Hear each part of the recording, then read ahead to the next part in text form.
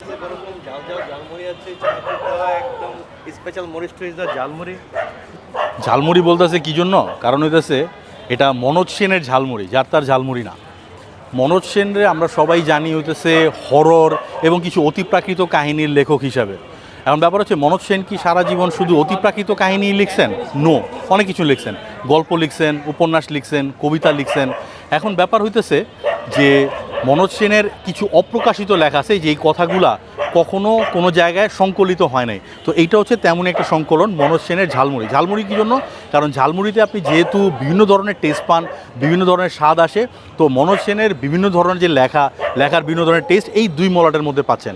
এটার মধ্যে উপন্যাসিকা আছে, প্রবন্ধ আছে, নাটক আছে, দেন অতিপ্রাকৃত কাহিনীও আছে, আর কয়েকটা কবিতাও আছে। আশ্চর্য ব্যাপার। তো মনোজ সেনের বিভিন্ন লেখার স্বাদ যারা নিতে চান তাদের জন্য মনোজ সেনের ঝালমুড়ি এই বইটা প্রকাশিত হচ্ছে বুক ফার্ম থেকে।